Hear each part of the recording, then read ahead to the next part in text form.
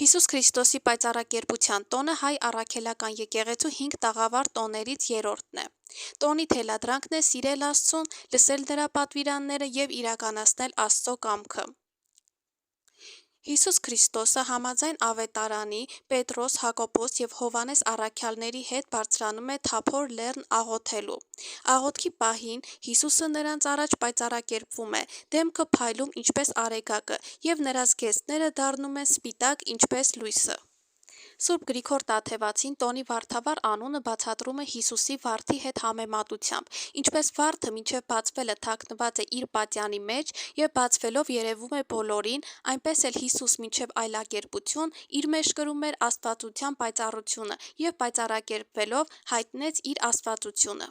Ժողովրդի մեջ տոնն առավել հայտնի է վարդավառ անունով։ Այն Հայաստանի առանձին բնակավայրերում ունի անվանման տարբեր ձևեր, որոնք հիմնականում պայմանավորված են բարբառային առանձնահատկությամբ, ինչպես նաև տոնի գլխավոր ուխտավայրերի ու առավել տարածված բաղադրիչների գերակա անվանումներով,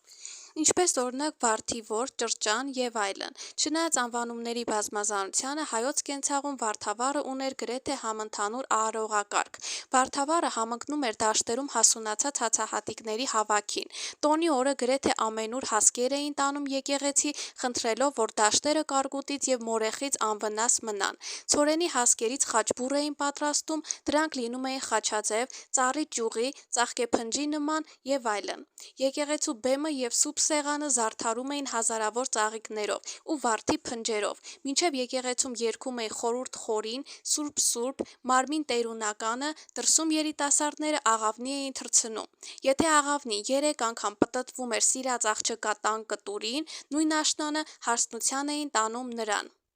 Նախիջևանում վաղ առավոտյան կանայք թելերի վրա ծաղիկներ, խնձոր, մանր վարունգ և վարդեր ամրացնելով խաչաձև կապում էին երեխաների կրծքին և տանում եկեղեցի։ Մինչև վարդավառ ընդունված էր խնձոր չուտել, խնձորի պասեր։ Վարդավառից առաջ նշանված աղջիկները միամանի մեջ ցորեն կամ գարի էին կանաչեցնում։ Վարդավառին մի երեխայի հասակի չափ փայտ էին տնկում այդ կանաչի մեջ ու զարդարում մանր վարունգով, խնձորով ու վարդերով։ Փայտը հաճախ թևավոր էր լինում։ Այս զարդարված փայտը կանաչի հետ միասին կոչվում էր խնդում։ Տոնի կարևոր պայմաններից է միմյանց վրա ջուր ցողելը։ Հատկապես երիտասարդները առուների եզրի կամ աղբյուրների մոտ հավաքվելով ժամեր շարունակ ուրախ կատակներով, ճիչ ու աղմուկով ջուր էին ցողում միմյանց վրա։ Վարդավառը ցնծության, կեր ու խումի, երգ ու պարի տոն էր, ողողված վարդերով, ծաղիկներով ու ջրով։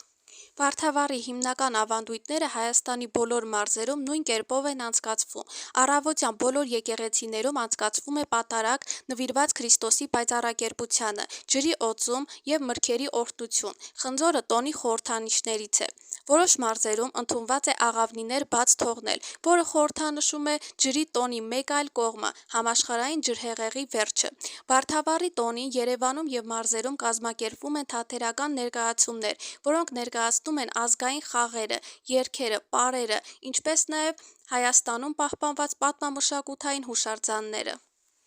Վարդավառի տոնը նշվում է Զատիկին հաջորդող 14-րդ կիրակի օրը, որպես կանոն տեղի է ունենում հուլիսին, այսինքն ամռան ամենաշոգ օրերին։ Վարդավառը Հայաստանում նշվում է ամենուր և խոշոր քաղաքներում, և մարզերում, և գյուղերում։ Իհարկե, Վարդավառը ավելի ակտիվ նշվում է մայրաքաղաք Երևանում։ Տոնի համար Երևան քաղաքի սրտում, Կարապի լճում հավաքվում են հարյուրավոր մարդիկ։ Ջրային պրոցեդուրաներում ներգրավված են նույնիսկ հրդեհային տրանսպորտային միջոցները։